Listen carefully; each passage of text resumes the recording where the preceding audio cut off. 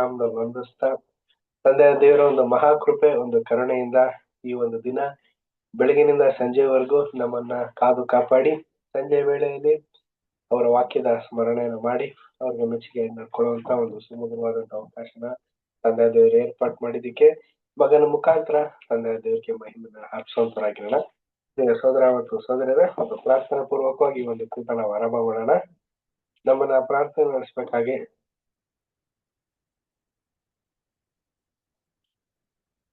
ಸೋದರಾದಂತ ಶ್ರೀಕಾಂತ್ ಬ್ರದರ್ನ ಕೇಳ್ಕೊಳ್ತೀನಿ. ಶ್ರೀಕಾಂತ್ ಬ್ರದರ್, ಒಂದು opening prayer ಮಾಡಿ ಬ್ರದರ್.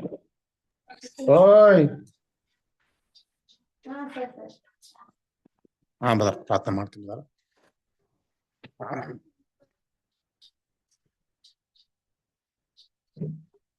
ಪ್ರಾರ್ಥನೆ ಮಾಡ್ಕೊಳ್ಳೋಣ. ಪರಿಶುದ್ಧನಪ್ಪ, ಅಗಮ್ಯ ಬೆಳಕಿನಲ್ಲಿ ವಾಸ ಮಾಡುವಂತ ನಾವು ಪರಲೋಕ ತಂದೆ ಆದಿರೇ, ಒಂದು ಸಂಜೆ ವೇಳೆಗಾಗಿ ಸ್ತೋತ್ರ ದೇವ್ರೆ. ಈ ಸಂಜೆ ವೇಳೆಯಲ್ಲಿ ದೇವ್ರೆ, ನಮ್ಮನ್ನು ಸುರಕ್ಷಿತವಾಗಿ ಕಾದು ಕಾಪಾಡಿ ನಮ್ಮನ್ನು ಇಲ್ಲಿವರೆಗೂ ನಡೆಸೋದಕ್ಕಾಗಿ ಸ್ತೋತ್ರ ದೇವ್ರೆ. ಹಾಗೆ ದೇವ್ರೆ, ನಾವೆಲ್ಲರೂ ಸುರಕ್ಷಿತವಾದ್ರೆ ನಿಮ್ಮ ಕೃಪೆಯಿಂದ ನಾವು ಸುರಕ್ಷಿತವಾಗಿದ್ದೀವಪ್ಪ ತಂದೆ. ಈ ಒಂದು ಸಮಯದಲ್ಲಿ ದೇವ್ರೆ, ಈ ಒಂದು ಆನ್ಲೈನ್ ಕ್ಲಾಸ್ ಅನ್ನು ನೀವು ಆಶೀರ್ವದಿಸ್ರಿ, ಬಲಪಡಿಸ್ರಿ, ನಿನ್ ಚಿತ್ತಾನುಸಾರ ನಡೆಸ್ರಿ. ಹಾಗೆ ದೇವ್ರೆ, ಎಲ್ಲಾ ಸಹೋದರನ್ನು ಬಲಪಡಿಸ್ರಿ, ಹಾಗೆ ಇತರರನ್ನು ಬಲಪಡಿಸ್ರಿ. ಈ ಆನ್ಲೈನ್ ಕ್ಲಾಸ್ ಬಂದಂತ ಪ್ರತಿಯೊಬ್ಬರನ್ನು ಕೂಡ ನೀವು ಆಶೀರ್ವದಿಸಬಹುದಾಗಿ ಬೇಡ್ತೀನಿ ತಂದೆ. ಹಾಗೆ ಬ್ರದರ್ನು, ಅವರ ಕುಟುಂಬವನ್ನು, ಅವರ ಒಂದು ಸೇವೆಯನ್ನು ಆಶೀರ್ವದಿಸಬಹುದಾಗಿ ಬೇಡ್ತೀನಿ ತಂದೆ. ಈ ಒಂದು ಸಮಯದಲ್ಲಿ ದೇವ್ರೆ, ನಿಮ್ಮ ವಾಕ್ಯದ ವಿಧೇಯರಾಗಿ ಪವಿತ್ರಾತ್ಮ ಎಲ್ಲರೂ ಅನುಸಾರ ನಡೀಲಿಕ್ಕೆ ಸಹಾಯ ಮಾಡ್ರಪ್ಪ ತಂದೆ ಆದಿರೇ ಯೇಸುವೆ. ಈ ಒಂದು ಸುಂದರವಾದ ವೇಳೆಯಲ್ಲಿ ದೇವ್ರೆ, ನಿಮ್ಮ ವಾಕ್ಯಕ್ಕೆ ವಿಧೇಯರಾಗಿ ನಿನ್ನ ವಾಕ್ಯ ಅನುಸಾರ ನಡೀಲಿಕ್ಕೆ ನೀವು ಕೃಪೆ ಮಾಡ್ರಿ, ಆಶೀರ್ವದಿಸಿ, ಬಲಪಡಿಸಿ. ಈ ಚಿಕ್ಕ ಪ್ರಾರ್ಥನೆ ರಕ್ಷಕನಾದ ಯೇಸುವಿನ ಹೆಸರು ತಂದೆ, ಆಮೇನ್. ಆಮೇನ್. Thank you brother.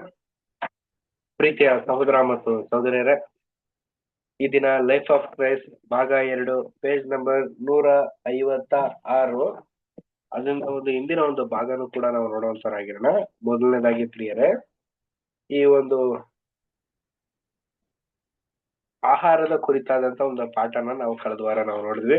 ಅದು ಹೇಗೆ ಯೇಸು ಸ್ವಾಮಿ ಅಲ್ಲಿ ಬಂದಂತ ಅಷ್ಟು ಸಾವಿರ ಮಂದಿಗಳಿಗೆ ಆಹಾರವನ್ನ ಯಾವ ರೀತಿ ಕೊಟ್ರು, ಮತ್ತೆ 2 ರೊಟ್ಟಿ 5 ಮೀನಲ್ಲಿ ಯಾವ ರೀತಿ ಅವರು ಇಡೀ ಜನರಿಗೆಲ್ಲರಿಗೂ ಕೂಡ ಆಹಾರನ ಪೂರೈಸಿದ್ರು ಅನ್ನೋ ಒಂದು ವಿಚಾರನ ನಾವು ಕಳೆದ ವಾರ ನಾವು ನೋಡ್ಕೊಂಡು ಬರ್ತಾ ಇದ್ವಿ.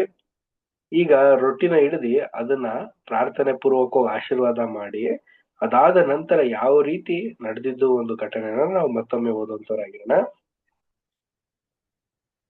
ಹೀಗಾಗಿ ಎಲ್ಲರೂ ಕಲಿತುಕೊಳ್ಳಬಹುದಾದ ಒಂದು ಪಾಠವೇನೆಂದರೆ, ನಮ್ಮ ಊಟ ವಸತಿಯು ಎಷ್ಟೇ ಸರಳವಾಗಿದ್ದರೂ ದೇವರಿಗೆ ಕೃತಜ್ಞತೆ ಸಲ್ಲಿಸುವುದು ಉಚಿತವಾದದ್ದು.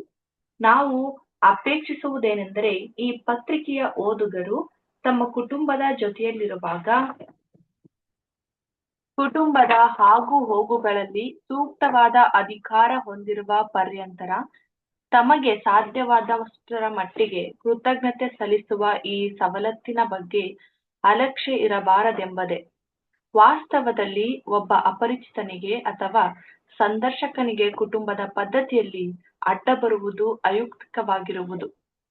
ಇಲ್ಲವೇ ಸಾರ್ವಜನಿಕ ಸ್ಥಳದಲ್ಲಿ, ಹೋಟೆಲುಗಳಲ್ಲಿ, ಉಪಹಾರ ಗೃಹ ಮುಂತಾದವುಗಳಲ್ಲಿರುವ ಕರ್ತನಿಗೆ ನಾವು ಬಹಿರಂಗವಾಗಿ ಕೃತಜ್ಞತೆ ಸಲ್ಲಿಸುವುದು ಯಾವಾಗಲೂ ಸೂಕ್ತವಾಗಿರುವುದೆಂದು ನಮಗೆ ಹೇಳಲಾಗುವುದಿಲ್ಲ. ಕರ್ತನನ್ನು ಹೀಗೆ ವಂದಿಸಿ ಅಂಗೀಕರಿಸಿಕೊಳ್ಳುವುದರಲ್ಲಿ ನಾವು ಸಂತೋಷಿಸಬಹುದಾದರೂ, ನಮ್ಮ ಈ ನಡವಳಿಕೆಯು ಫರಿಸಾಯರ ರೀತಿಯದ್ದೆಂದು ತಪ್ಪಾಗಿ ಅರ್ಥೈಸಲ್ಪಡುವ ಸಂದರ್ಭದಲ್ಲಿ ನಾವು ಇದನ್ನು ಮಾಡದಿರುವುದು ಸೂಕ್ತವಾಗಿರುವುದು. ಹೀಗಿದ್ದರೂ ಇಂಥ ಸನ್ನಿವೇಶಗಳಲ್ಲಿ ಬಾಯಿ ತುಂಬಾ ಆಹಾರವನ್ನು ತೆಗೆದುಕೊಳ್ಳುವ ಬದಲು ಬಾಹ್ಯ ರೀತಿಯಲ್ಲಿ ಸೂಚ್ಯವಾಗಿ ಅಥವಾ ನುಡಿಯಲ್ಲಿ ಹೇಳಲಾಗದಿದ್ದರೂ ಯಾವಾಗಲೂ ಹೃದಯದಲ್ಲಿ ಕೃತಜ್ಞತೆ ಸಲ್ಲಿಸಬೇಕು ಎಂಬುದೇ. Thank you. ಪ್ರೀತಿಯ ಸಹೋದರ ಮತ್ತು ಸಹೋದರರೇ, ನಮಗೆ ಯೇಸು ಕ್ರಿಸ್ತರು ಒಂದು ಒಳ್ಳೆಯ ಮೂಲ ಉಪದೇಶವನ್ನು ಮಾಡಿದ್ ಯಾವ ರೀತಿ ಅಂತ ನಾವು ನೋಡ್ಬೇಕಾದ್ರೆ, ಅವರು ಆಹಾರಕ್ಕಾಗಿ ಪ್ರಾರ್ಥನೆ ಮಾಡಿದ್ದು. ಆ ಒಂದು ಆಹಾರಕ್ಕಾಗಿ ಪ್ರಾರ್ಥನೆ ಮಾಡಿ ಎಲ್ರಿಗೂ ಕೂಡ ಕೊಟ್ಟ ನಂತರ ಎಲ್ರಿಗೂ ಕೂಡ ಆ ಒಂದು ಆಹಾರ ಸೇವನೆ ಮಾಡಿ ಎಲ್ರಿಗೂ ಕೂಡ ತೃಪ್ತರಾದ್ರು. ಈಗ ಸೋದರಾಂತ ರಜಲ್ ಬ್ರದರ್ ಅವರು ನಮ್ಗೆ ವಿಶೇಷವಾದಂತ ರೀತಿಯಲ್ಲಿ ನಮಗೂ ಕೂಡ ಈ ಒಂದು ಲೋಕದಲ್ಲಿ ಜೀವಿಸ್ಬೇಕಾದ್ರೆ ನಾವು ಕೂಡ ಆಹಾರವನ್ನು ಸೇವನೆ ಮಾಡ್ಬೇಕಾಗಿದೆ ಪ್ರಿಯರೇ. ಆ ಒಂದು ಆಹಾರನ ನಾವು ದೇವರ ಒಂದು ಮಹಿಮೆಗೆ ತರೋ ರೀತಿಯಲ್ಲಿ ಅವ್ರಿಗೆ ಈ ಒಂದು ಆಹಾರ ಕೊಟ್ಟಿದ್ದಕ್ಕಾಗಿ ನಿಮಗೆ ಸ್ತೋತ್ರ ಅನ್ನೋ ಹೇಳೋ ಒಂದು ವಿಚಾರನ ನಾವು ಮರ್ತು ಬಿಡಬಾರ್ದು ಪ್ರಿಯ. ಕೃತಜ್ಞತೆನ ನಾವು ದೇವರಿಗೆ ಅರ್ಪಿಸ್ಬೇಕು. ನೋಡ್ಬೇಕಾದ್ರೆ ಇದು ಮನೇಲಿದ್ದಾಗ ತುಂಬಾ ಒಳ್ಳೆ ರೀತಿ ಮಾಡ್ಬೋದು. ಸಭೆಯಲ್ಲಿ ಇರ್ಬೇಕಾದ್ರೂ ಕೂಡ, ಸಹೋದರರ ಐಕ್ಯತೆಯಲ್ಲಿ ಇರ್ಬೇಕಾದ್ರೂ ಕೂಡ ಒಂದು ಪ್ರಾರ್ಥನೆ ಮಾಡಿ ಆಹಾರನ ಸೇವನೆ ಮಾಡ್ಬೋದು.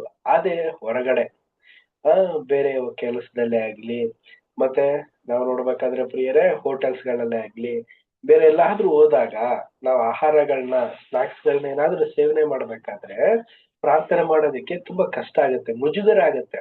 ಇದಕ್ಕಾಗಿ ಸಹೋದರ ಅಂತ ರಸಲ್ ಬಂದವರು ಅವ್ರು ಏನ್ ಹೇಳ್ತಾ ಇದಾರೆ ಅಂತಂದ್ರೆ, ನೀವು ಪರಿಸಾಯರ ತರ ಬಹಿರಂಗದಲ್ಲಿ ಏನ್ ಮಾಡ್ತಿದ್ರು ಅಂದ್ರೆ, ಪರಿಸಾಯರು ಎಲ್ಲೇ ಇದ್ರು ಸರಿ, ಹೆಂಗೆ ಇದ್ರು ಸರಿ, ಅವರು ಪ್ರಾರ್ಥನೆ ಮಾಡೋ ತರ ಜೋರಾಗಿ ಪ್ರಾರ್ಥನೆ ಮಾಡಿ ತಗೊಳ್ಳೋ ತರ ಮಾಡ್ತಾ ಇದ್ರು.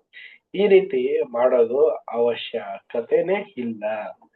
ಸತ್ಯಕ್ಕೆ ತಕ್ಕ ಹಾಗೆ ಆತ್ಮೀಕ ವಿಚಾರದಲ್ಲಿ, ಅಂದ್ರೆ ನಮ್ಮ ಮನಸ್ಸಿನಲ್ಲೇನೆ ನಾವು ಪ್ರಾರ್ಥನೆ ಮಾಡಿ ಆಹಾರನ ಸೇವನೆ ಮಾಡ್ಕೊಳ್ಳೋದು ತುಂಬಾ ಒಳ್ಳೇದು ಪ್ರಿಯ ಸಹೋದರ ಮತ್ತು ಸಹೋದರರ. ಏನ್ ಪ್ರಾರ್ಥನೆ ಪ್ರಿಯ ಸಹೋದರ ಮತ್ತು ಸಹೋದರ? ತುಂಬಾ ಸಿಂಪಲ್ ಪ್ರಾರ್ಥನೆ.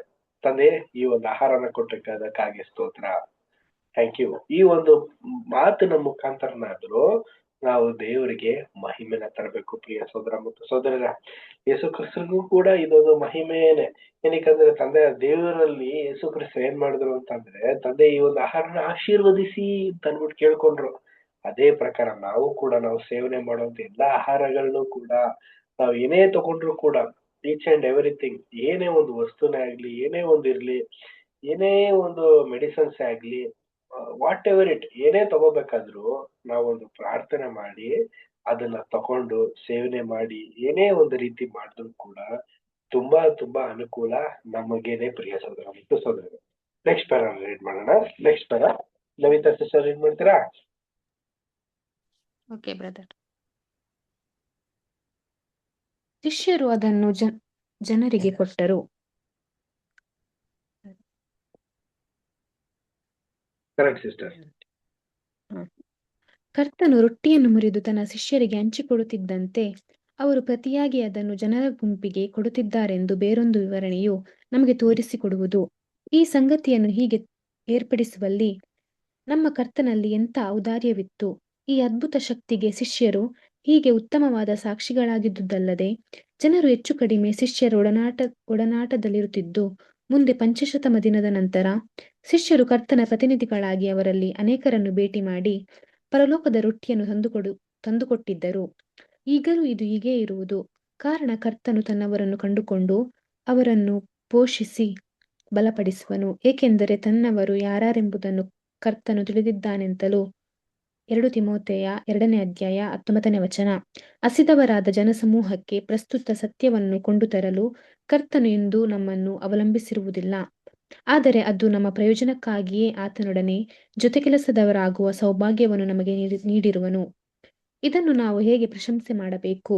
ನಾವು ಹೊಂದಿರುವ ಎಷ್ಟೇ ಅಲ್ಪ ಪ್ರಮಾಣದ ಜವೆಗೋಧಿ ರೊಟ್ಟಿ, ಎಷ್ಟೇ ಸಣ್ಣ ಮೀನು, ಎಂಥ ಹಣ ಮತ್ತು ಕಾಸುಗಳು, ಸಮಯ ಮತ್ತು ಪ್ರಭಾವಗಳು ಇದ್ದಲ್ಲಿ ಅವುಗಳನ್ನು ಕರ್ತನ ಕಾರ್ಯದಲ್ಲಿ ಬಳಸಲು ನಾವು ಎಂಥ ಅಭಿಲಾಷೆ ಉಳ್ಳವರಾಗಿರಬೇಕು. Thank you. ಪ್ರಿಯ ಸಹೋದರ ಮತ್ತು ಸಹೋದರರೇ, ಇಲ್ಲೊಂದು ಸಿನಾರಿಯೋ ನಡೀತಾ ಇದೆ. ಯೇಸು ಕ್ರಿಸ್ತರು ಆ ಒಂದು ರೊಟ್ಟಿನ ಮುರಿದು ತಕ್ಷಣ ಯಾರ ಕೈ ಕೊಟ್ರು ಅಂದ್ರೆ ಶಿಷ್ಯಂದಿರ ಕೈ ಕೊಡ್ತಾ ಇದ್ದಾರೆ ಪ್ರಿಯರೇ. ಈ 12 ಮಂದಿ ಶಿಷ್ಯಂದಿರೂ ಕೂಡ ಯೇಸು ಕ್ರಿಸ್ತರು ಹೇಳುವಂತ ಎಲ್ಲಾ ಗೈಡ್ ಲೈನ್ಸ್ ಗಳನ್ನು ಕೂಡ ಫಾಲೋ ಮಾಡ್ತಾ ಇದ್ದಾರೆ. ಎಲ್ಲಾ ರೀತಿಲೂ ಯೇಸು ಕ್ರಿಸ್ತರು ಈ ರೀತಿ ಮಾಡಿ ಅಂದ್ರು ಕೂಡ ಅದನ್ನ ಮಾಡ್ತಾ ಇದ್ರು. ಮತ್ತೆ ಯೇಸು ಕ್ರಿಸ್ತರು ಈ ಒಂದು ರೊಟ್ಟಿನ ಎಲ್ರಿಗೂ ಕೂಡ ಕೊಡಿ ಅಂದ ತಕ್ಷಣನೇ ಅದನ್ನ ಮುರಿದು ಎಲ್ರಿಗೂ ಕೂಡ ಹಂಚುವಂತ ಒಂದು ಔದಾರ್ಯನ ನಾವು ನೋಡ್ತಿದ್ವಿ. ಇದನ್ನ ನೋಡಿದಂತ ಅಲ್ಲಿ ನೆರೆ ಹೊರದಂತ ಜನರುಗಳು ಅವರು ಕೂಡ ಏನ್ ಮಾಡ್ತಾ ಇದಾರೆ ಅಂತಂದ್ರೆ, ಏನಿದು ಒಂದ್ ಒಳ್ಳೆ ರೀತಿಯಲ್ಲಿ ಸಿಸ್ಟಮೆಟಿಕ್ ಆಗಿ ಗುರು ಶಿಷ್ಯಂದಿರು ಯಾವ ರೀತಿ ಇರಬೇಕು, ಶಿಷ್ಯಂದಿರಿರುವಂತ ಒಂದು ವೈರಾಗ್ಯತೆ ಮತ್ತೆ ಗುರುವಿನ ಮಾತಿನ ಒಂದು ಶೈಲಿಗೆ ಎಲ್ಲರ ಒಂದು ವಿಧೇಯತೆ, ಇದನ್ನ ನೋಡಿ ಎಲ್ರು ಕೂಡ ಆಶ್ಚರ್ಯ ಪಡ್ತಾರೆ ಪ್ರಿಯರ. ಈ ಒಂದು ಪಾಠ ನಮ್ಮಲ್ಲೂ ಕೂಡ ಇರಬೇಕು ಪ್ರಿಯರ. ನಮ್ಮಲ್ಲೂ ಕೂಡ ಈ ಒಂದು ಐಕ್ಯತೆ ಅನುಭವನ ನಾವು ನಮ್ಮ ಒಂದು ಓಡೋ ಮುಗಿಯೋವರೆಗೂ ಕೂಡ ಈ ಒಂದು ವಿಚಾರದಲ್ಲಿ ನಾವು ಉತ್ತೀರ್ಣರಾಗ್ಬೇಕು. ಏನಕ್ಕಂದ್ರೆ ಯೇಸು ಕ್ರಿಸ್ತರು ಗೊತ್ತು ಪ್ರಿಯರೇ, 2 ತಿಮೋಥಿ 2ನೇ ಅಧ್ಯಾಯ 19ನೇ ವಚನದಲ್ಲಿ ತನ್ನವರು ಯಾರೆಂಬುದನ್ನು ಕರ್ತನು ತಿಳಿದುಕೊಂಡಿದ್ದಾರಂತೆ. ಅಂದ್ರೆ ತಂದೆಯ ದೇವ್ರಿಗೆ ಯೇಸು ಕ್ರಿಸ್ತರ ಒಂದು ವಿಚಾರ ಮತ್ತು ಗುಣಲಕ್ಷಣಗಳ ಹೋಲಿಸುವಂತ ಸೋದರ ಸೋದರನ್ನೇ ಆರಿಸಿರೋದ್ರಿಂದ ಅವರೆಲ್ಲರೂ ಕೂಡ ಯೇಸು ಕ್ರಿಸ್ತರನ್ನ ಒಂದು ಅನುಯಾಯಿಗಳಾಗಿದ್ದಾರೆ. ಅದೇ ಪ್ರಕಾರ ಚಿಕ್ಕ ಹಿಂಡಿಗೆ ಸೇರುವಂತ ಮಕ್ಕಳು ಕೂಡ ಅಂತ ಒಂದು ಗುಣಗಳಲ್ಲಿ, ಅಂತ ಒಂದು ಪ್ರಭಾವಶಾಲಿಯಾದಂತ ಒಂದು ವಿಚಾರದಲ್ಲೂ ಕೂಡ ಪಾಲ್ದಾರರಾಗೋದ್ರಿಂದ ಅವರಲ್ಲೂ ಕೂಡ ಇಂತ ಒಂದು ಪ್ರಯೋಜಕರವಾದಂತ ಒಂದು ಗುಣಗಳನ್ನ ವೃದ್ಧಿಪಡಿಸ್ಕೊಂಡಿರ್ತಾರಂತೆ ಪ್ರಿಯರೇ. ಅದಾದ್ಮೇಲೆ ಪ್ರಿಯರೇ, ನಮ್ಮಲ್ಲಿ ಏನಿದೆಯೋ ಅಲ್ಪ ಏನೇ ಇದ್ರೂ ಕೂಡ, ಈ ಉದಾಹರಣೆ ಆಗಿನ ಕಾಲದಲ್ಲೆಲ್ಲ ರೊಟ್ಟಿ, ಸಣ್ಣ ಮೀನು, ಮತ್ತೆ ಇನ್ನು ಹಲವಾರು ಕಾಸು, ಏನೋ ಸಣ್ಣ ಪುಟ್ಟ ಕಾಸುಗಳೆಲ್ಲ ಇತ್ತು. ಅದನ್ನೆಲ್ಲ ಏನ್ ಮಾಡ್ಕೊಂತ ಇದ್ರು ಅಂದ್ರೆ ಶಿಷ್ಯಂದಿರು ತಮ್ಮ ಒಂದು 3 ವರ್ಷಗಳ ಕಾಲ ಸೇವೆಯಲ್ಲಿ ಅದನ್ನ ಉಪಯೋಗಿಸ್ಕೊಂಡು ಸೇವೆನ ಮಾಡ್ತಿದ್ರು. ಈಗ ನಮಗೂ ಕೂಡ ಪಾಠ ಇದೆ ಪ್ರಿಯರೇ. ನಮ್ಗೀಗ ಅಂತ ಒಂದು ಇದಿಲ್ಲ ಪ್ರಿಯರೇ, ಅಂತ ಒಂದು ಕಷ್ಟಕರವಾದಂತ ಒಂದು ಸೇವೆ ಮಾಡುವಂತ ಒಂದು ಅನುಭವ ಇಲ್ಲ. ಆದ್ರೂ ಕೂಡ ಪ್ರಿಯರೇ, ನಮ್ಮಲ್ಲೂ ಕೂಡ ಸಮಯ ಅನ್ನೋದಿದೆ, ಟ್ಯಾಲೆಂಟ್ ಅನ್ನೋದಿದೆ, ಹಣಕಾಸಿದೆ, ಸಣ್ಣ ಪುಟ್ಟ ಒಂದು ಆಶೀರ್ವಾದನ ಹೊಂದಿರುವಂತ ಒಂದು ಮಕ್ಕಳಾಗಿದ್ದೀವಿ. ಅಷ್ಟಾದ್ರೂ ಒಂದು ಅನುಕೂಲತೆನ ಮಾಡೋದಕ್ಕೆ ಆ ದೇವರು ನಮ್ಗೆ ವ್ಯವಸ್ಥೆನ ಮಾಡಿದ್ದಾರೆ. ಇಂಥ ಒಂದು ವ್ಯವಸ್ಥಿತತೆಯಲ್ಲಿ ನಾವಿರ್ಬೇಕಾದ್ರೆ ನಾವು ಕೂಡ ನಮ್ಮ ಗೊತ್ತಿರುವಂತ ಸಹೋದರ ಸಹೋದರರಿಗೆ ಮತ್ತೆ ಸತ್ಯದಲ್ಲಿರುವಂತ ಪ್ರೀತಿಯ ಸಹೋದರ ಸಹೋದರಿಗೂ ನಾವು ಸಹಾಯ ಮಾಡೋದು ತುಂಬಾ ಒಳ್ಳೆಯದು. ನೆಕ್ಸ್ಟ್ ಬೇಡ ನವಿತಾ ಸಿಸ್ಟರ್ ಕಂಟಿನ್ಯೂ ಮಾಡ್ಬಿಡಿ ಅದನ್ನೇ. ನಾವು ಅನುಸರಿಸುವ ಈ ವಿಧಾನವು ಸತ್ಯವೇದದಲ್ಲಿ ಯಜ್ಞವೆಂಬ ಹೆಸರಿನಿಂದ ಗೌರವಿಸಲ್ಪಟ್ಟಿದ್ದರೂ ನಿಜವಾಗಿ ಈ ಸನ್ನಿವೇಶಗಳನ್ನು ಸರಿಯಾಗಿ ಅರ್ಥ ಮಾಡಿಕೊಂಡಿರುವವರಿಗೆ ಇದಕ್ಕೆ ತದ್ವಿರುದ್ಧವಾಗಿ ಈ ಸಂಗತಿಯು ಒಂದು ಆಶೀರ್ವಾದ, ಒಂದು ಸೌಭಾಗ್ಯ, ಒಂದು ಅನುಗ್ರಹವಾಗಿ ಕಂಡುಬಂದಿರುವುದು. ಈಗಿನ ಕಾಲದಲ್ಲಿ ಪ್ರಕಟವಾಗಿರುವ ಪ್ರಸ್ತುತ ಸತ್ಯದಲ್ಲಿ ಆನಂದ ಪಡುತ್ತಿರುವವರೆಲ್ಲರೂ ಈ ಸೌಭಾಗ್ಯವನ್ನು ಬಹು ಶ್ರೇಷ್ಠವೆಂದು ಎಣಿಸಿರುವುದಕ್ಕೆ ನಮಗೆ ಸಂತೋಷವಾಗುತ್ತದೆ. ಜಾತ್ರೆ ಪ್ರದರ್ಶನಗಳ ಮೂಲಕ ಲೋಕದವರಲ್ಲಿ ಹಣ ಸಹಾಯಕ್ಕಾಗಿ ಯಾವ ಕೋರಿಕೆಯನ್ನಾಗಲಿ ಹಾಕದೆ ಅಥವಾ ಪುಟ್ಟಿಗಳ ಮೂಲಕ ಯಾವ ಹಣ ಸಂಗ್ರಹವನ್ನಾಗಲಿ ಮಾಡದೆಯೇ ಸುವಾರ್ಥ ಸುಗ್ಗಿಯ ವಿಷಯವಾದ ಸಂದೇಶವು ಸಾರಲ್ಪಡುವ ವಿಧಾನಗಳಲ್ಲಿ ಎಂದು ಕೊರತೆ ಕಂಡು ಬರದಿರುವುದು ಸತ್ಯವನ್ನು ವಿರೋಧಿಸುವವರಿಗೆ ಹಾಗೂ ಇದರಲ್ಲಿ ಅಲ್ಪ ಆಸಕ್ತಿಯುಳ್ಳವರಿಗೆ ಸತತವಾಗಿ ಆಶ್ಚರ್ಯಪಡುವ ಸಂಗತಿಯಾಗಿರುವುದು. ಕರ್ತನ ಆತ್ಮವು ಸತ್ಯದೊಂದಿಗೆ ಜೊತೆಗೂಡಿ ಬಂದಿರುವುದಾಗಿ ತೋರುವುದು. ಹೀಗಾಗಿ ಸತ್ಯವನ್ನು ಹೊಂದಿದವರಾಗಿದ್ದು ಕರ್ತನ ಸೇವೆಯಲ್ಲಿ ಯಾವುದೇ ವಿಧವಾದ ಪ್ರತಿಭೆಗಳನ್ನು ಪಡೆದಿರುವವರು ಇವುಗಳನ್ನು ಬಳಸಲು ಹೇಳಲಸಕ್ಯವಾದ ಸಂತೋಷದಿಂದ ಉಲ್ಲಾಸಿಸಿ ತಮಗೆ ಲಭಿಸಿರುವ ಈ ಸೌಭಾಗ್ಯಗಳಿಗಾಗಿ ಒಡೆಯನಿಗೆ ಕೃತಜ್ಞತೆಯನ್ನು ಸಲ್ಲಿಸುತ್ತಿರುವರು.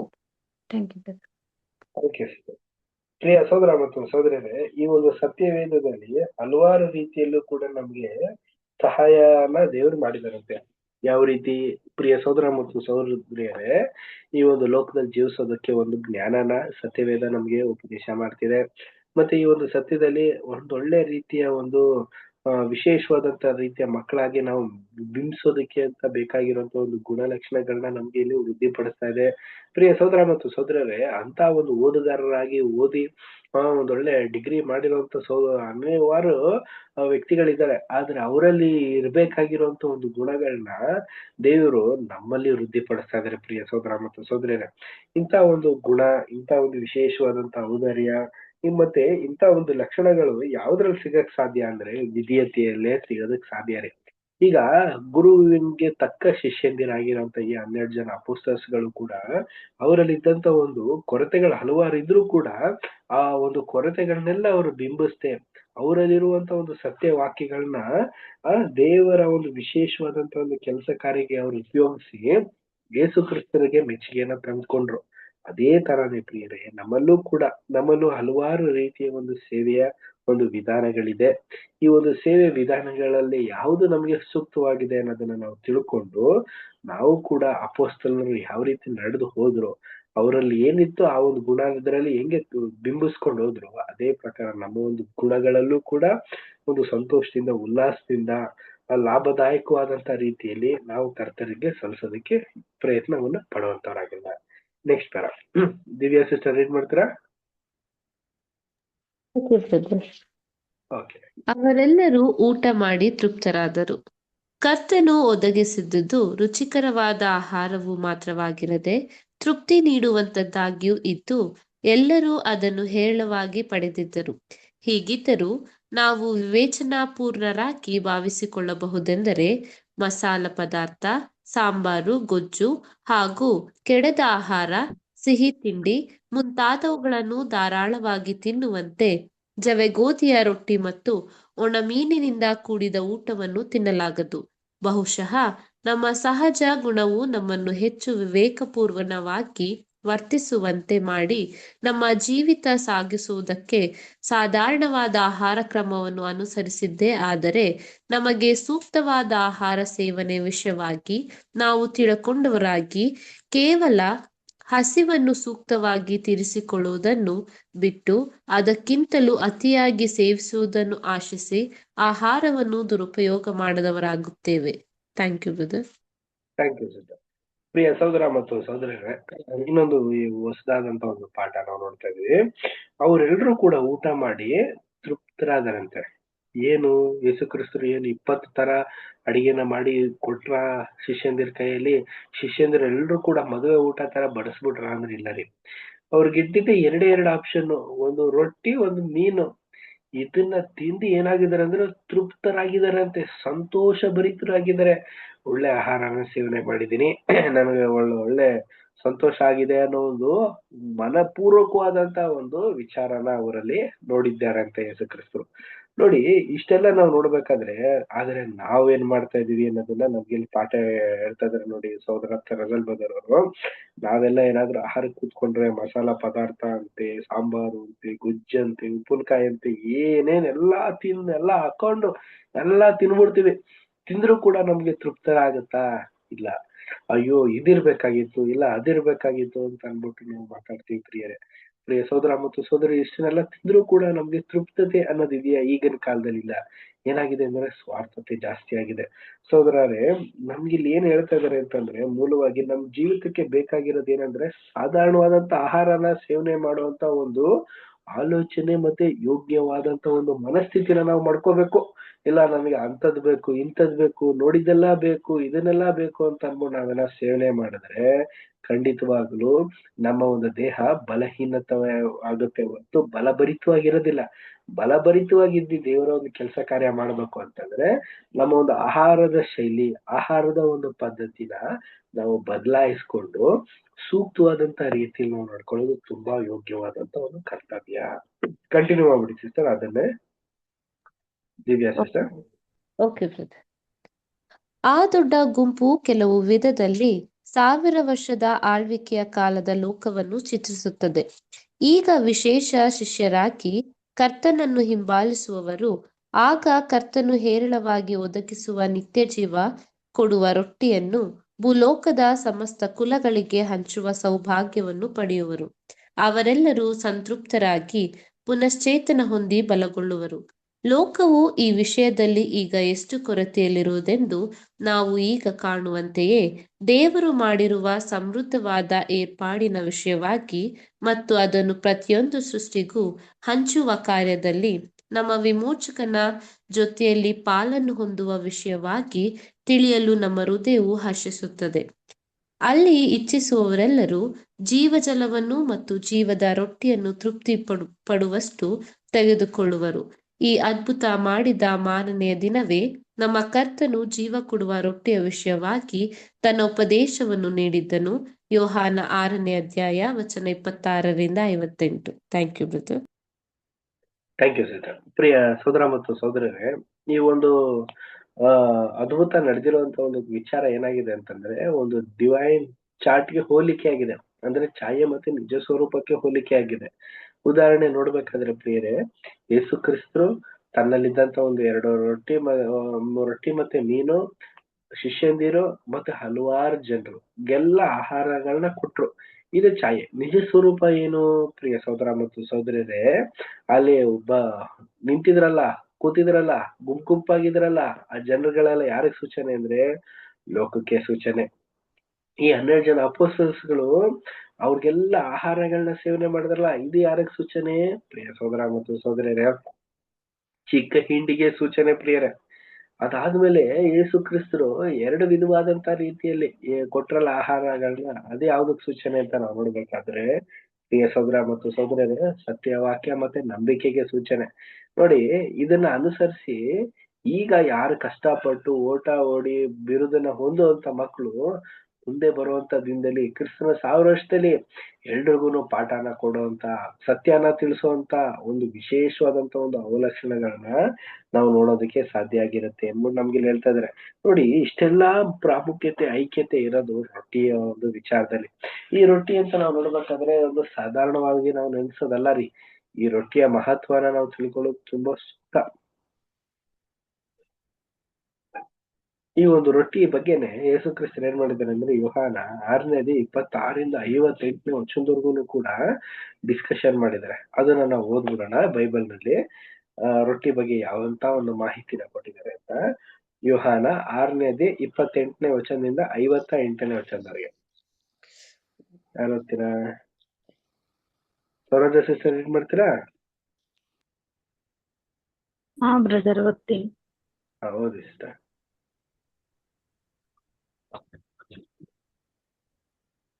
ಯೋಹಾನ 6:28 ವಚನದಿಂದ 58 ವಚನ.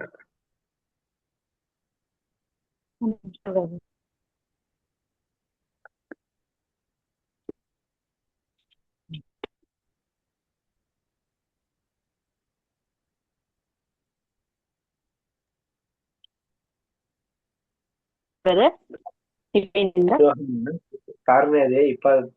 ಯೋಹಾನ 6:26 ವಚನದಿಂದ 58 ವಚನ. ಸರಿ ಬ್ರದರ್.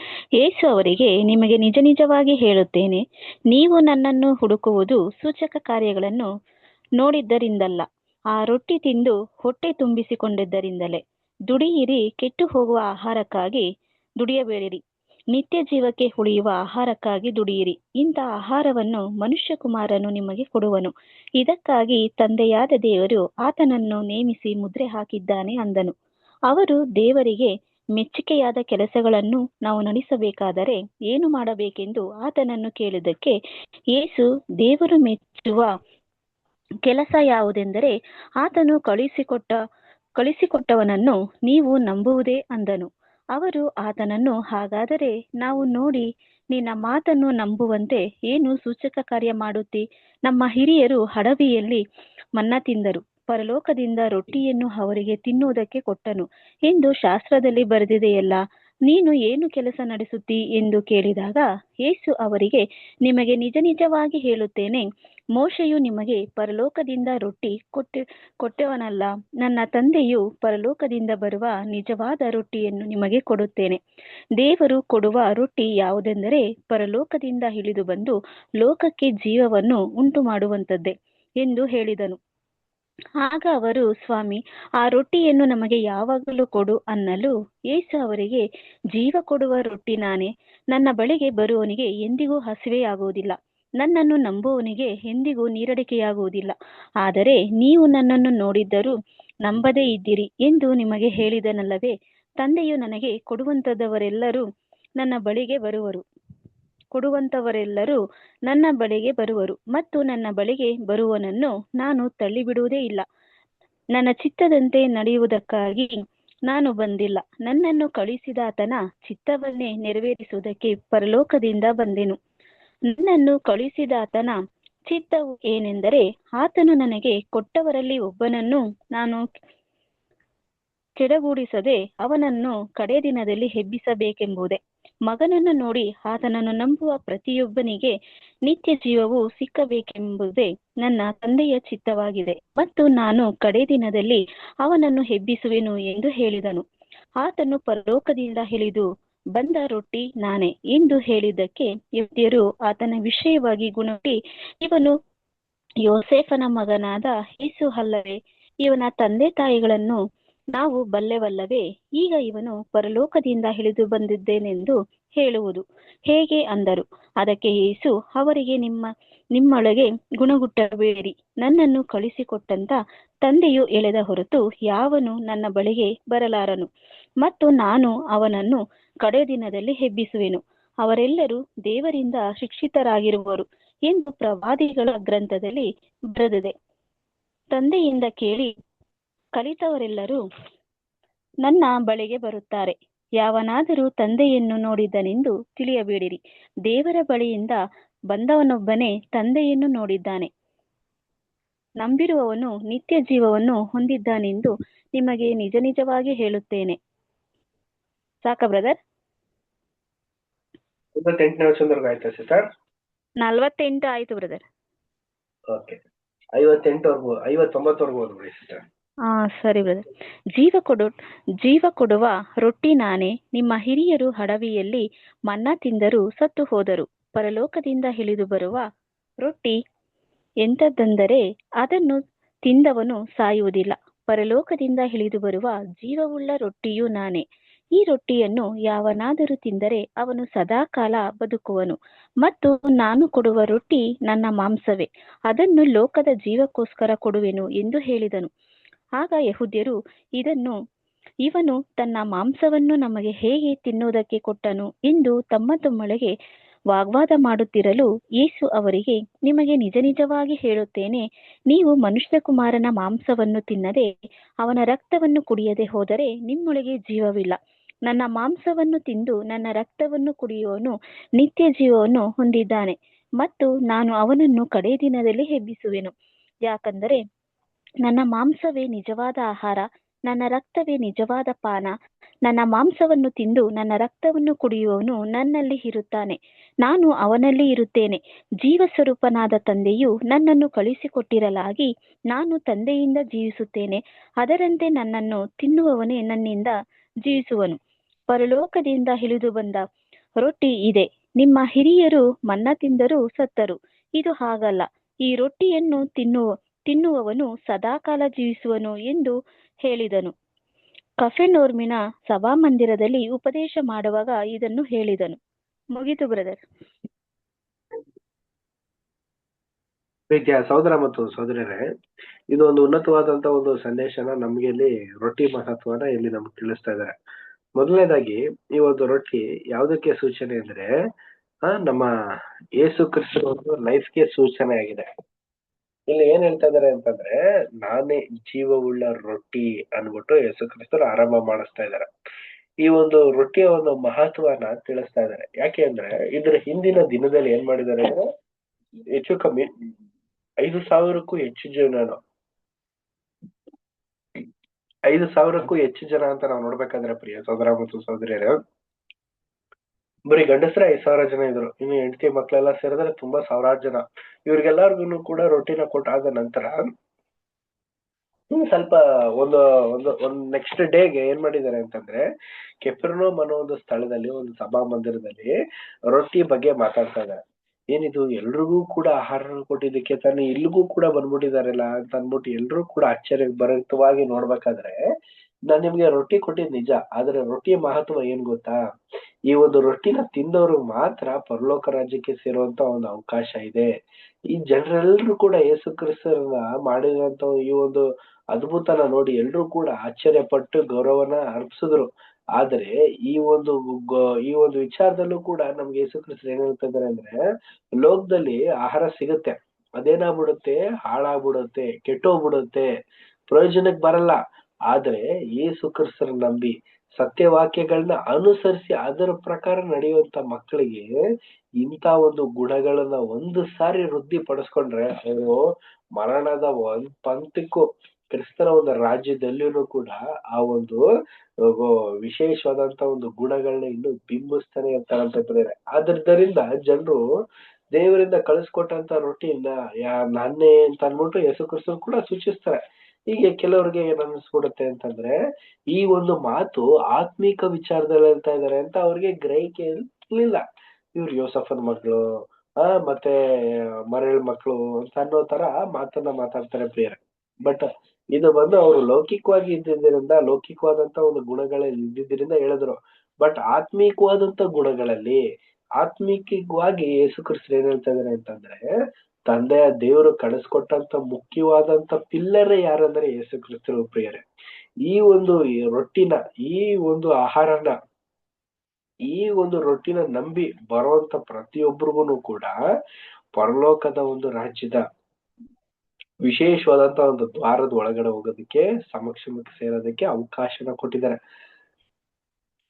ಈ ಒಂದು ಅವಕಾಶನ ಎಲ್ರೂ ಕೂಡ ಉಪಯೋಗಿಸ್ಕೋಬೇಕು ಪ್ರಿಯ ಸೋದರ ಮತ್ತು ಸೋದರಿಯರೇ. ಇಂಥ ಒಂದು ಅವಕಾಶನ ಹೊಂದ್ಕೊಳ್ದೆ ಹೋದವ್ರು ಯಾರು ಅಂದ್ರೆ ಯಹೂದಿಗಳು. ಅವರಲ್ಲಿದ್ದಂತ ಒಂದು ಕೆಟ್ಟ ಸ್ವಭಾವ ಏನಂತಂದ್ರೆ ಆ ಮೊಂಡತನ.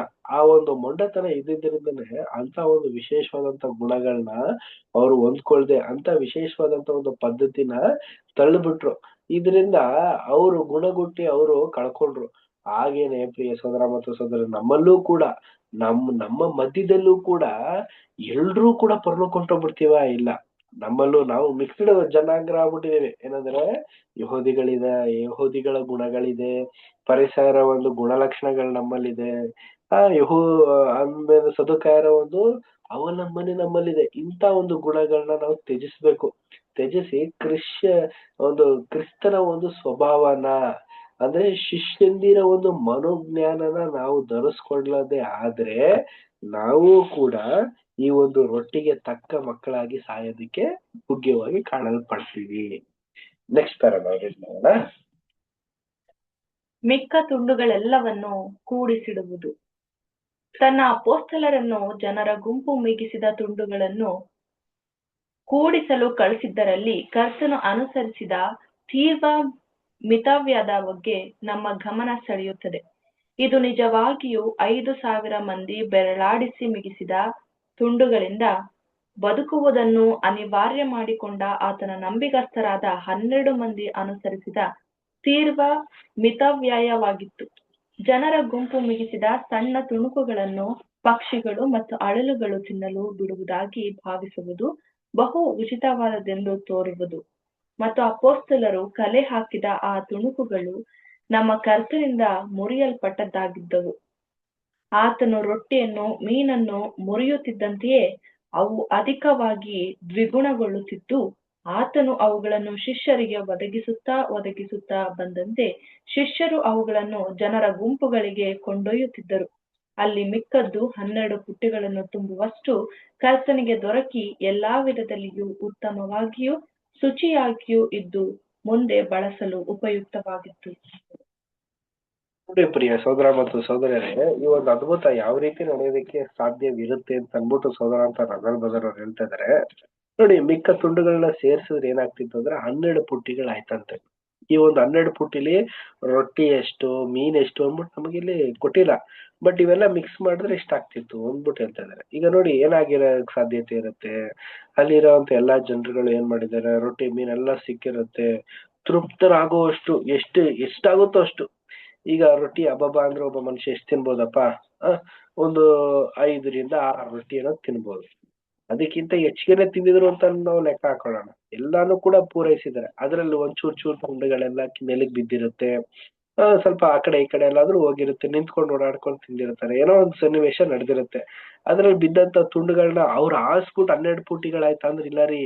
ಅದೆಲ್ಲ ಪ್ರಾಣಿಗಳಿಗೂ ಒಂದು ಈ ಯಾವ ಪ್ರಾಣಿಗಳು, ಅಳಿಲು ಇನ್ನು ಮುಂತಾದವುಗಳೆಲ್ಲ ಇರ್ತಾವಲ್ಲ, ಅವಕ್ಕೆಲ್ಲ ಉಪಯೋಗ ಆಗಿರುತ್ತೆ. ಆದ್ರೆ ಇಲ್ಲಿ ಯಾವ ರೀತಿ ಅದ್ಭುತ ನಡೆದಿದೆ ಅಂದ್ರೆ, ಯೇಸು ಕ್ರಿಸ್ತರು ಮುರಿದ ತಕ್ಷಣ ರೊಟ್ಟಿ ಏನಾಗಿದೆ ಅಂತಂದ್ರೆ ಅದು 2 ಬಿಂಬಿಸ್ಕೊಂಡಿದೆ. ನೆಕ್ಸ್ಟ್ ಮೀನು ಮುರಿದ ತಕ್ಷಣ ಅದೇನಾಗಿದೆ, 2 ಆಗಿದೆ. ಅಂದ್ರೆ ಮುರಿದು ಕೊಟ್ಟಾಗ್ಲೆಲ್ಲಾನು ಕೂಡ ಏನಾಗಿದೆ ಅಂತಂದ್ರೆ 1 to double ಆಗಿದೆ. ಒಂದ್ ಮುರಿದು ಇನ್ನೊಂದು ಪುಟ್ಟಿ ಒಳಗಡೆ ಹಾಕಿದ್ರೆ ಅದೆಲ್ಲ ಕೂಡ ಡಬಲ್ ಆಗಿರೋ ಸಾಧ್ಯತೆ ಇರುತ್ತೆ. ಈ ರೀತಿ ಅದ್ಭುತ ತನಗೆ ತಾನಾಗೇನೆ ಒಂದು ವಿಶೇಷವಾದಂತ ರೀತಿಯಲ್ಲಿ ನಡೆದಿರೋದಕ್ಕೆ ಸಾಧ್ಯ ಇರುತ್ತೆ ಅಂದ್ಬಿಟ್ಟು ಸೋದರ ಅಂತ ರಜಬ್ರದವ್ರು ಹೇಳ್ತಾ ಇದಾರೆ. ಈ ಮುರಿದಂತ ಒಂದು ಮೀನು ತುಂಡುಗಳನ್ನೆಲ್ಲ ಸೇರ್ಸಿದ್ರೇನೆ 12 ಆಗಿದೆ. 12 ಬುಟ್ಟಿಯಷ್ಟು ಮೀನು ರೊಟ್ಟಿ 2 ಸೇರಿ 12 ಬುಟ್ಟಿಯಷ್ಟು ಸಂಗ್ರಹಣೆ ಆಗಿದೆ. ಇದನ್ನ ಏನ್ ಮಾಡಿದ್ರು, ಅವ್ರು ಮತ್ತೆ ನೆಕ್ಸ್ಟ್ ಮುಂದೆ ಬರುವಂತ ಸೇವೆಗಳಿಗೆ ಉಪಯೋಗ ಆಗ್ಲಿ ಅಂತ ಎತ್ತು ಮಡಿಕೊಂಡಿದ್ದಾರೆ ಪ್ರಿಯ ಸೋದರ ಮತ್ತು ಸೋದರಿಯರೇ. ನೆಕ್ಸ್ಟ್ ಮಿತವ್ಯಯದ ವಿಷಯವಾದ ಪಾಠವು ನಮ್ಮೆಲ್ಲರಿಗೂ ಸೂಕ್ತವಾಗಿರುವುದು. ಆದರೂ ಲೋಕದ ಅತಿ ಬಡವರಿಗೆ ಮತ್ತು ಕರ್ತನ ಜನರಿಗೆ ಈ ಪಾಠವು ಅವಶ್ಯಕವಾಗಿರುವುದು. ತನಗೆ ಸೃಷ್ಟಿ ಮಾಡುವ ಶಕ್ತಿಯು ಯಥೇಚ್ಛವಾಗಿದ್ದರೂ ಕರ್ತನು ತನ್ನ ಶಿಷ್ಯರು ಮಿತವ್ಯಯ ತತ್ವವನ್ನು ಗಮನಿಸಿ ಅದನ್ನು ಅಭ್ಯಾಸಿಸಬೇಕೆಂದು ಬಯಸಿದ್ದನು. ತನ್ನಲ್ಲಿದ್ದ ಬಲ ಐಶ್ವರ್ಯವು ತನ್ನವರಲ್ಲಿ ದುಂದುಗಾರಿಕೆಯನ್ನು ಉಂಟು ಕೊಡದಾಗಿತ್ತು. ಕರ್ತನ ಅನುಯಾಯಿಗಳಲ್ಲಿ ಯಾವುದೇ ವಿಧದಲ್ಲಿನ ದುಂದುಗಾರಿಕೆ ಅವಕಾಶವಿರಬಾರದೆಂದು ಕಾಣಬರುತ್ತದೆ.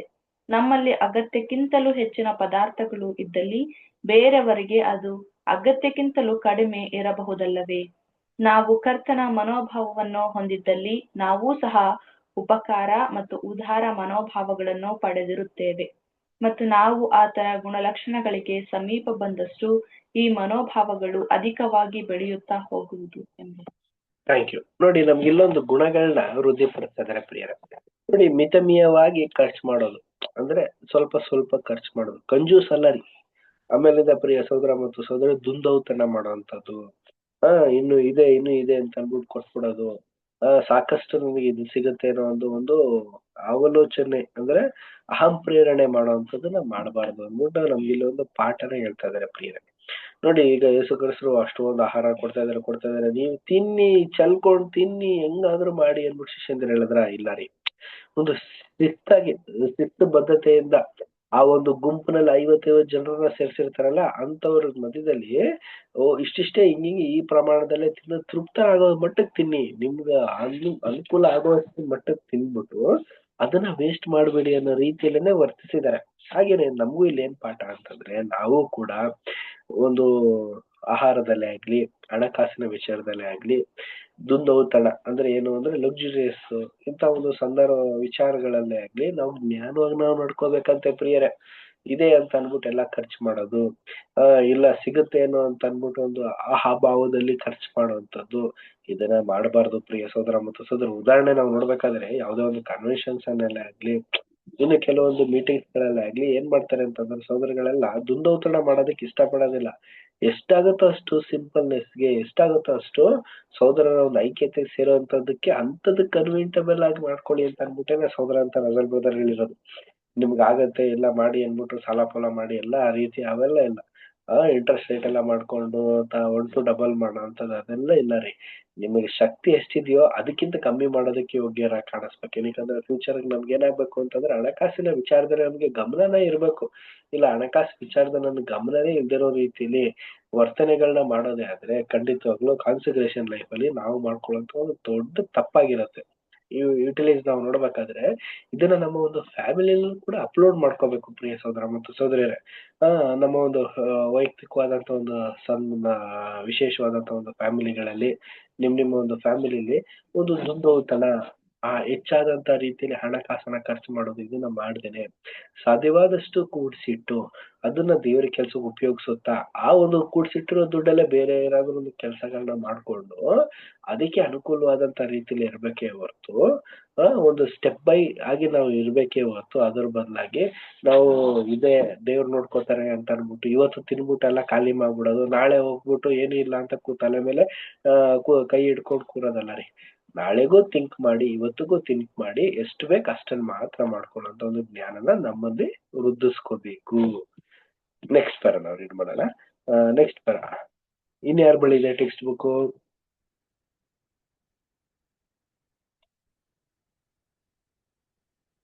ಓಕೆ, ನವಿತಾ ಸಿಸ್ಟರ್ ರೀಡ್ ಮಾಡಿ.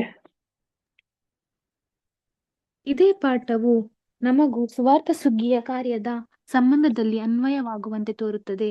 ಕೆಲವು ಸಾರಿ ನಮಗೆ ನಾವು ಹೇಳಿಕೊಳ್ಳುವುದು, ನಮ್ಮ ಕರ್ತನು ಐಶ್ವರ್ಯವಂತನಾಗಿರುವಲ್ಲಿ ಆತನ ಹಿಂಬಾಲಕರಲ್ಲಿ ಯಾರಾದರೂ ಏಕೆ ಬಡವರಾಗಿರಬೇಕು? ನಿಸ್ಸಂಶಯವಾಗಿ ಅದು ನಮ್ಮ ಪ್ರಯೋಜನಕ್ಕಾಗಿಯೇ. ಕರ್ತನು ಸ್ಪಷ್ಟವಾಗಿ ತನ್ನ ಕೆಲಸಗಳಿಗೆ ಎಷ್ಟು ಅಗತ್ಯವಿರುವುದಾಗಿ ತೋರುವುದೋ ಅಷ್ಟನ್ನು ಮಾತ್ರ ಒದಗಿಸುವನು, ಹಾಗೂ ಅದಕ್ಕಿಂತಲೂ ಹೆಚ್ಚಿಗೆ ಇರುವುದಿಲ್ಲ.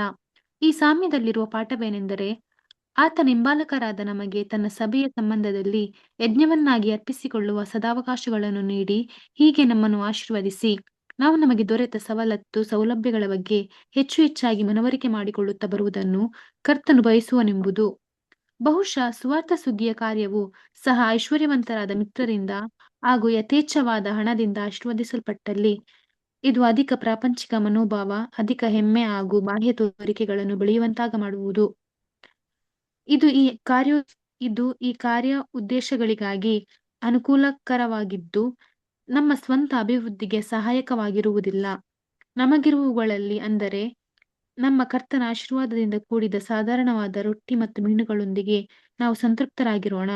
ನಮಗೆ ಕೊಡಲ್ಪಟ್ಟ ಮನೆವಾರ್ತೆಯ ಕೆಲಸದ ವರದಿಯನ್ನು ನಂಬಿಕಸ್ಥರಾಗಿ ಒಪ್ಪಿಸುವವರಾಗುವಂತೆ ರೊಟ್ಟಿ ಮೀನಿನ ತುಂಡುಗಳ ಬಗ್ಗೆಯೂ ಸಹ ಜಾಗರೂಕರಾಗಿರೋಣ.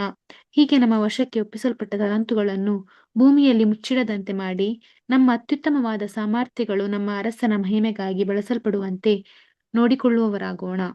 Thank you. Thank you sister.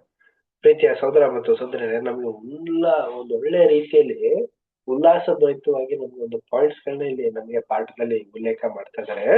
ನೋಡ್ಬೇಕಾದ್ರೆ ಪ್ರಿಯ ಸಹೋದರ ಮತ್ತು ಸಹೋದರರೇ, ಈ ಒಂದು ಸುಗ್ಗಿಯ ಕಾಲದಲ್ಲಿರುವಂತ ನಮಗೆ ದೇವರು ಎಂತ ಒಂದು ಆಶೀರ್ವಾದ ಮಾಡಿದ್ದಾರೆ ಅಂತಂದ್ರೆ, ಐಶ್ವರ್ಯ ಭರಿತವಾದಂತ ಒಂದು ಆಶೀರ್ವಾದ. ಏನಂದ್ರೆ ವಾಕ್ಯದಲ್ಲಿ ನಮ್ಗೆ ಅಂತ ಒಂದು ಆಶೀರ್ವಾದನ ದೇವ್ರು ಕೊಟ್ಟಿದ್ದಾರೆ. ವಾಕ್ಯ ಎಷ್ಟು ಹೇಳ್ತಿರೋ ಅದಕ್ಕಿಂತ ಹೆಚ್ಚಿಗೆ ಆದಂತ ಒಂದು ಜ್ಞಾನ, ಎಷ್ಟು ದೇವ್ರ ವಾಕ್ಯದಲ್ಲಿ ಅವಲಂಬಿಸ್ತಿರೋ ಅಷ್ಟೊಂದು ಜ್ಞಾನನ ನಮ್ಗೆ ಕೊಟ್ಟಿದ್ದಾರೆ. ಅದೇ ರೀತಿಯಲ್ಲೇನೆ ಲೌಕಿಕವಾಗಿ ನಾವು ಜೀವಿಸ್ಬೇಕಾದ್ರೂ ಕೂಡ ಲೋಕದ ಒಂದು ಅಗತ್ಯತೆಗೆ, ಈಗ ನಾವು ನೋಡ್ಬೇಕಾದ್ರೆ ಒಂದು ಮಾರ್ಕೆಟ್ಗೆ ಹೋದ್ವಿ ಅನ್ಕೊಳ್ಳಿ, ಅಲ್ಲೇನಾದ್ರು ಸಾಮಾನ್ ತರ್ಬೇಕಾ, ತರುವಂತ ಒಂದು ಶಕ್ತಿ ಸಾಮರ್ಥ್ಯನ ದೇವ್ರು ಅನುಗ್ರಹಿಸಿದ್ದಾರೆ. ಇದೆಲ್ಲ ವಿಚಾರಗಳನ್ನ ನಾವು ನೋಡ್ಬೇಕಾದ್ರೆ ನಮಗೆ ಏನ್ ಮಾಡ್ತಾ ಇದ್ದಾರೆ ಅಂತಂದ್ರೆ, ದೇವರು ಮುಂಬರುವಂತ ಒಂದು ಯುಗದಲ್ಲಿ ನಮ್ಮನ್ನ ಮಾರ್ಗಸೂಚಕವಾದಂತ ರೀತಿಯಲ್ಲಿ ನಡೆಸ್ಬೇಕಾದ್ರೆ ಅದಕ್ಕೆ ಯೋಗ್ಯವಾಗಿ ಕಾಣಿಸುವಂತ ಮಕ್ಕಳಾಗಿ ನಮ್ಮನ್ನ ಬಿಂಬಿಸ್ತಾ ಇದ್ದಾರೆ ಪ್ರೇರ. ಅದಕ್ಕೆ ಬೇಕಾಗಿರುವಂತ ಒಂದು ತರಬೇತಿಗಳನ್ನ ಈಗ ನಮ್ಗೆ ಕೊಡ್ತಾ ಇದ್ದಾರೆ. ಇನ್ ಕೇಸಸ್ ಯಾವ ರೀತಿ ಅಂತ ನಾವು ನೋಡ್ಬೇಕಾದ್ರೆ ನೋಡಿ, ಇನ್ನೂ ಉದಾಹರಣೆ ಇನ್ನೂ ಡೀಪ್ ಆಗಿ ನಾವು ನೋಡ್ಬೇಕಾದ್ರೆ, ಈಗ ಆರ್ಮಿಗೆ ಸೇರ್ಕೋಬೇಕಾದ್ರೆ, ಎಕ್ಸಾಂಪಲ್ ಇಂಡಿಯನ್ ಆರ್ಮಿಗೆ ಏನೋ ಸೇರ್ಕೋತೀವಿ ಅಂತಂದ್ರೆ ಸುಮ್ನೆ ಸಲೀಸಾಗಿ ಪಾಸ್ ಆದ ತಕ್ಷಣ ಕರ್ಕೊಂಡೋಗಿ ಸೇರ್ಸ್ಕೊಳ್ಳಲ್ಲ ರೀ. ಹೆಚ್ಚು ಕಮ್ಮಿ ಇಲ್ಲ ಅಂತಂದ್ರು 2 years 3 years ವರ್ಗುನುವೆ ಟ್ರೈನಿಂಗ್ ನ ಕೊಡ್ತಾರೆ. ಆ ತರಾನೇ ನಾವು ಬದುಕಿರ್ಬೇಕಾದ್ರೆ ಈ ಒಂದು ಜೀವನದಲ್ಲಿ ನಮಗೂ ಕೂಡ ಎಲ್ಲ ಏಳು ಬೀಳು ಎಲ್ಲಾ ರೀತಿಯ ಒಂದು ಜ್ಞಾನ, ಎಲ್ಲದರಲ್ಲೂ ಕೂಡ ಒಂದು ಅನುಭವನ ದೇವರು ನಮ್ಗೆ ಒದಗಿಸಿದ್ದಾರೆ ಪ್ರಿಯರ. ಇದರಲ್ಲಿ ನಾವೇನ್ ಮಾಡ್ತಾ ಇದೀವಿ ಅಂತಂದ್ರೆ ಹಂತವಾಗಿ ಅಂದ್ರೆ ಹಂತವಾಗಿ ನಾವು ತರಬೇತಿನ ಹೊಂದ್ಕೊಂಡು ಆ ಒಂದು ಜ್ಞಾನನ ಅಭಿವೃದ್ಧಿನ ಹೊಂದ್ಕೊಂಡು ಹೋಗ್ತಾ ಇದೀವಿ. ಇದರಲ್ಲಿ ನಮ್ಗೆ ಅನುಕೂಲವಾದಂತದ್ದು ಹಲವಾರಿದೆ, ಅನಾನುಕೂಲವಾದದ್ದು ಕೂಡ ಹಲವಾರಿದೆ. ಆದ್ರೆ ಅನುಕೂಲವಾದಂತ ಒಂದು ವಿಚಾರದಲ್ಲಿ ನಾವು ಆದಷ್ಟು ಪ್ರಯೋಜನಕರವಾದಂತ ರೀತಿಯಲ್ಲಿ ನಾವು ನಡ್ಕೊಂಡು ದೇವ್ರಿಗೆ ಮಿಚ್ಚಿಯಾಗಿ ನಾವು ನಡಿಬೇಕಂತೆ. ಈಗ ಲೋಕದಲ್ಲಿ ಸತ್ಯಕ್ಕೆ ವಿರುದ್ಧವಾಗಿ ಹಲವಾರಿದೆ, ಅದ್ರಲ್ಲಿ ನಾವು ತಲೆ ಓಡಿಸಿ ಏನು ಸಿಗೋದಿಲ್ಲ ಪ್ರಿಯ ಸಹೋದರ ಮತ್ತು ಸಹೋದರರೇ. ಈಗ ನಮ್ಮ ಒಂದು ಯೋಚನೆ ಮತ್ತೆ ನಮ್ಮ ಒಂದು ಆಲೋಚನೆ ಯಾವ್ದ್ರ ಮೇಲೆ ಇರ್ಬೇಕು ಅಂದ್ರೆ ಸತ್ಯಕ್ಕೆ ಅನುಗುಣವಾದಂತ ಒಂದು ಆಲೋಚನೆ ಆಗಿರ್ಬೇಕು. ಇದ್ರಲ್ಲಿ ನಾವು ಅಭಿವೃದ್ಧಿನ ಹೊಂದಿ ನಿಷ್ಠಾವಂತಿಕೆನ ನಾವು ತೋರ್ಸಿದ್ರೆ ಖಂಡಿತವಾಗ್ಲೂ ದೇವರ ಒಂದು ಪ್ರಾಣವುಳ್ಳ ಹಸ್ತದ ಕೆಳಗಡೆ, ಅಂದ್ರೆ ಏನಂದ್ರೆ ಸೇಫ್ಟಿ ಝೋನ್ ಅಲ್ಲಿ ಇರೋದಕ್ಕೆ ಸಾಧ್ಯ. ಈಗ ನೋಡಿ, ದೇವರ ಒಂದು ಹಸ್ತದಲ್ಲಿ ನಾವ್ ಇದ್ದಿದ್ರೆ ನಮ್ಗೆ ಎಂತ ಒಂದು ಕೇಡುಗಳು ಬಂದ್ರು ಕೂಡ ಅದನ್ನ ತಪ್ಪಿಸ್ಕೊಳ್ಳುವಂತ ಒಂದು ಶಕ್ತಿ ಸಾಮರ್ಥ್ಯನ ದೇವರು ಒದಗಿಸ್ತಾರಂತೆ. ಆದ್ರಿಂದ ನಾವ್ ಎಷ್ಟಾಗುತ್ತೋ ಅಷ್ಟು ದೇವ್ರ ವಾಕ್ಯಗಳನ್ನ ಕಲಿಯೋಣ, ತಿಳ್ಕೊಳ್ಳೋಣ, ಮತ್ತೆ ಸೋದರ ಸೋದರಿಗೆ ತಿಳಿಸೋಣ. ಅದ್ರಲ್ಲಿರುವಂತ ಆಳವಾದಂತ ಒಂದು ಪಾಠಗಳನ್ನ ಅನುಸರಿಸ್ಕೊಂಡು ಹೋಗೋದಕ್ಕೆ ಪ್ರಯತ್ನ ಪಡೋಣ. ದೇವ್ರ ವಾಕ್ಯಗಳನ್ನ ಆಶೀರ್ವದಿಸ್ಲಿ ಪ್ರಿಯ ಸೋದರ ಮತ್ತು ಸೋದರರೇ. ಮುಂದಿನ ವಾರನೂ ಕೂಡ ಇದೇ ಒಂದು ರೊಟ್ಟಿಯ ಒಂದು ವಿಚಾರದಲ್ಲೇನೆ ಇನ್ನು ಹಲವಾರು ರೀತಿಯಲ್ಲೂ ಕೂಡ ನಮ್ಗೆ ತಿಳಿಸಿದ್ರೆ ಅದನ್ನ ನಾವು ನೋಡುವಂತರಾಗಿದೆ. ಮುಂದಿನ ಒಂದು ವಾರದಲ್ಲೂ ಕೂಡ ದೇವ್ರ ವಾಕ್ಯಗಳನ್ನ ಆಶೀರ್ವದಿಸ್ಲಿ. ಕೊನೆಯದಾಗಿ ಒಂದು ಪ್ರಾರ್ಥನೆ ಮಾಡಿ ಒಂದು ಕೂಟ ನಾವು ಅಂತ್ಯ ಮಾಡೋಣ. ನಮ್ಮನ್ನ ಪ್ರಾರ್ಥನೆ ಸೋದರ ಅಂತ ಮೋಹನ್ ರಾಜ್ ಬ್ರದರ್ ಕೇಳ್ಕೊಳ್ತೀನಿ. ಮೋಹನ್ ರಾಜ್ ಬ್ರದರ್ ಒಂದು ಲಿಂಕ್ ಪ್ರೇಯರ್ ಮಾಡ್ತೀರಾ?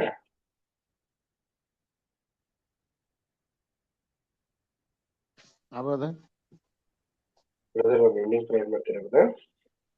ಬ್ರದರ್ ಮಾಡಿದ ಪ್ರಾರ್ಥನೆ ಮಾಡಿಕೋಣ.